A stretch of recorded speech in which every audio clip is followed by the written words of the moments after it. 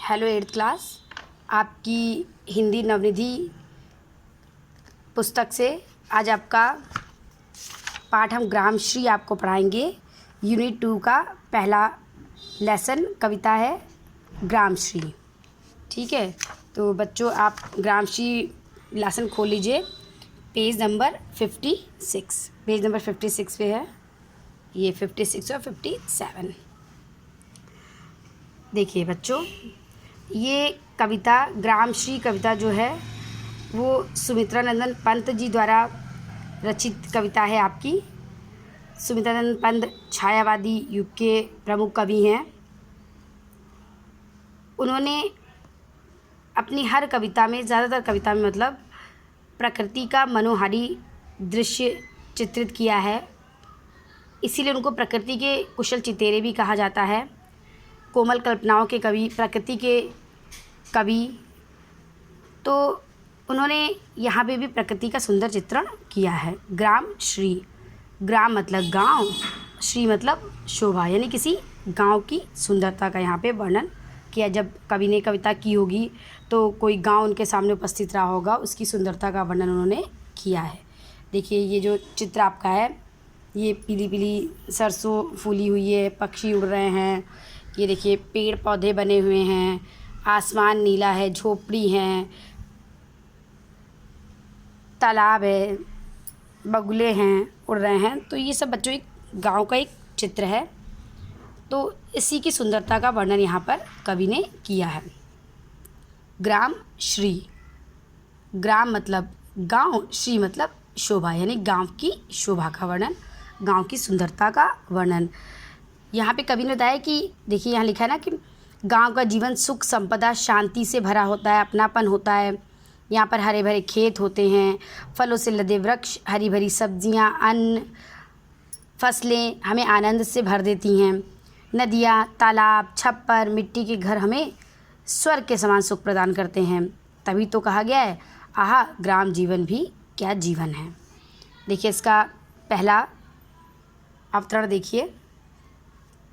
फैली खेतों में दूर तलक, मखमल सी कोमल हरियाली, यानी सुबह का वर्णन है। सुबह का वर्णन है, खेत जो हैं वो फसल से भरे हुए हैं। यहाँ पे हरियाली चारों तरफ दिख रही है। तो कवि कहते हैं उसको देख करके, जो खेत हैं जो फसलों से भरे हुए हैं, हरी भरी फसलों से भरे हुए हैं, उसको देख करके कवि को ऐसा लगता है कि जैसे फैली खेतों में दूर तलक, खेतों में फैली हुई है, दूर तलक दूर तक, खेतों में दूर तक फैली हुई है। मखमल सी कोमल हरियाली, मखमल के समान कोमल हरियाली चारों तरफ खेतों में फैली हुई है। मखमल कोमल होता है, तो मखमल की उपमा इसलिए दी जाती, किसी चीज़ को कोमल कहने के लिए मखमल की उपमा दी जाती है। खेतों में दूर दूर तक फसलें दिख रही हैं, उन फसलों को देख करके, हरी भरी फसलों को दूर तक देख करके ऐसा लगता है कि कोमल कोमल मखमल चारों तरफ फैला हुआ है, यानी कि वो हरियाली मखमल के समान लग रही है। खेतों में दूर तक मखमल के समान कोमल हरियाली फैली हुई है। लिपटी जिससे रवि की किरणें, चांदी की सी उजली जाली। अब प्रभात का वर्णन है, सूर्य की किरणें, सूर्य निकल चुका है, सूर्योदय हो चुका है, सूर्य की किरणें उस हरियाली पर पड़ रही हैं। तो लिपटी जिससे रवि की किरणें, यानी उस हरियाली से, उस जो हरी भरी फसलें, उन फसलों से, उन फसलों में सूरज की किरणें लिपटी हुई हैं। सूरज की किरणें, सूर्योदय हो गया है, सूरज की किरणें चारों तरफ फैली हैं और ऐसा लग रहा है कि उस हरियाली में, उस हरी भरी फसलों में सूरज की किरणें लिपटी हुई हैं और वो लिपट करके ऐसी लग रही हैं जैसे चांदी की सी उजली जाली, जैसे चांदी की उजली जाली, यानी वो जब हरी भरी फसलों में जब सूर्य की किरणें पड़ रही हैं तो उसको देख करके ऐसा लगता है कि चारों तरफ चांदी की उजली जाली बिछी हुई है। ऐसा देख करके उनको लग रहा है, सूर्य की किरणें जो फसलों पर पड़ रही हैं उसको देख करके ऐसा लग रहा है कि मानो चांदी की सफ़ेद जाली बिछी हुई है। दूसरा देखिएगा बच्चों, तिनकों के हरे हरे तन पर।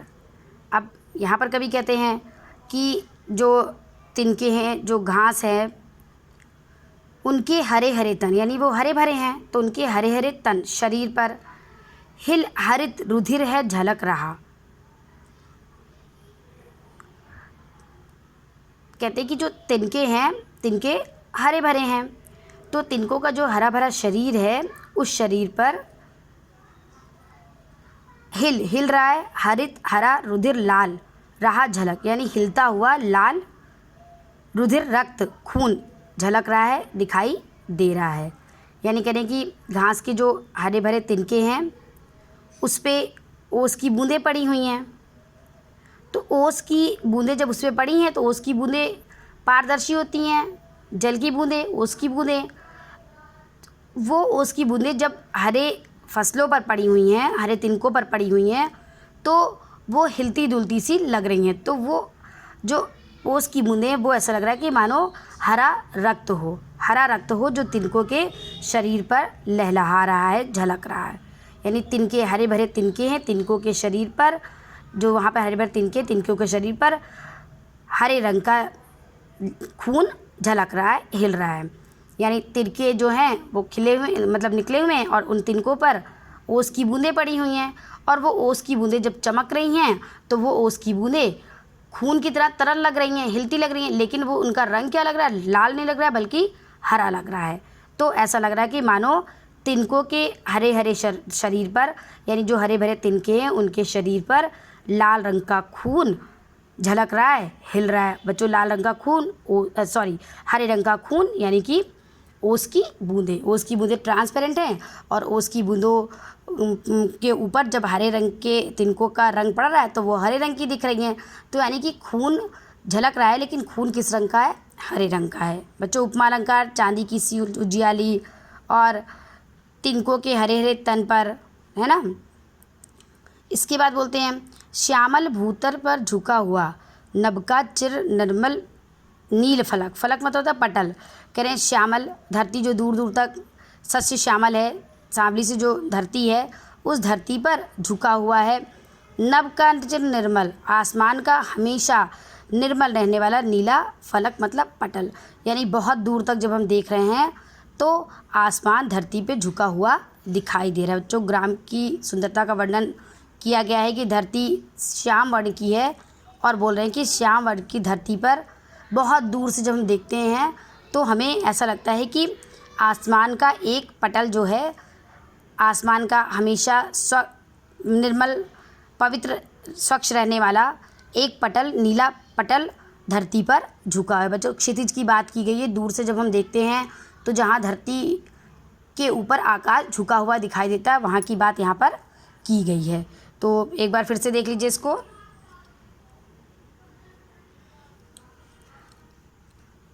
खेतों में दूर दूर तक हरी हरी फसलें लहलहा रही हैं, जिसे देखकर लग रहा है कि मखमल सी हरियाली चारों तरफ फैली हुई है। उन फसलों पर सूर्य की किरणें पड़ रही हैं, और जब सूर्य की किरणें पड़ रही तो उसे देख करके ऐसा लगता है कि मानो चांदी की सफ़ेद जाली बिछी हुई है। तिनके भी हरे भरे हैं, तिनके के ऊपर ओस की बूंदें हैं, ओस की बूंदें तिनकों का प्रकाश पड़ने के कारण हरे रंग की दिख रही हैं, लेकिन वो हिल रही हैं, झलक रही हैं। उसको देख करके ऐसा लगता है कि मानो हरे रंग का रक्त तिनकों के ऊपर झलक रहा है। श्यामल धरती जो है हमारी, उस धरती पर बहुत दूर से देखने पर हमें ये प्रतीत हो रहा है कि आसमान का हमेशा निर्मल रहने वाला नीला पटल उसके ऊपर झुका हुआ है। तो बच्चों, ये गांव की सुंदरता का वर्णन यहाँ पर किया गया है। रोमांचित सी लगती वसुधा, आगे फिर सुंदरता का वर्णन किया गया है वसुधा धरती का। धरती बहुत रोमांचित, प्रसन्न, खुश सी लग रही है, प्रसन्न सी लग रही है वसुधा। क्यों? क्योंकि अब उसमें आई जौ गेहूँ में बाली, जौ और गेहूँ में बाली आ गई है, यानी कि अब उसके बीज दिखने लगे। जौ और गेहूँ जो अनाज है, उस अनाज के बीज दिखने लगे हैं। अरहर सनई की सोने की, और अरहर और सनई जो है वो अब पक गई है, तो उसे देख करके ऐसा लगता है कि मानो धरती ने सोने की किंकड़ियाँ बच्चों होती है करधनियाँ, है शोभाशाली। मान लो उसे देख करके ऐसा लगता है कि मानो अरहर और सनई की सोने की सुंदर करधनी को धरती ने अपने कमर पे लगा लिया है। यानी अरहर और सनई की सोने की करधनी जो है, या अरहर या सनई रूपी जो सोने की करधनी है, वो बहुत ही सुंदर लग रही है। तो बच्चों ये 3 पैराग्राफ आज आप पढ़ लीजिएगा, बाकी हम कल बताएंगे।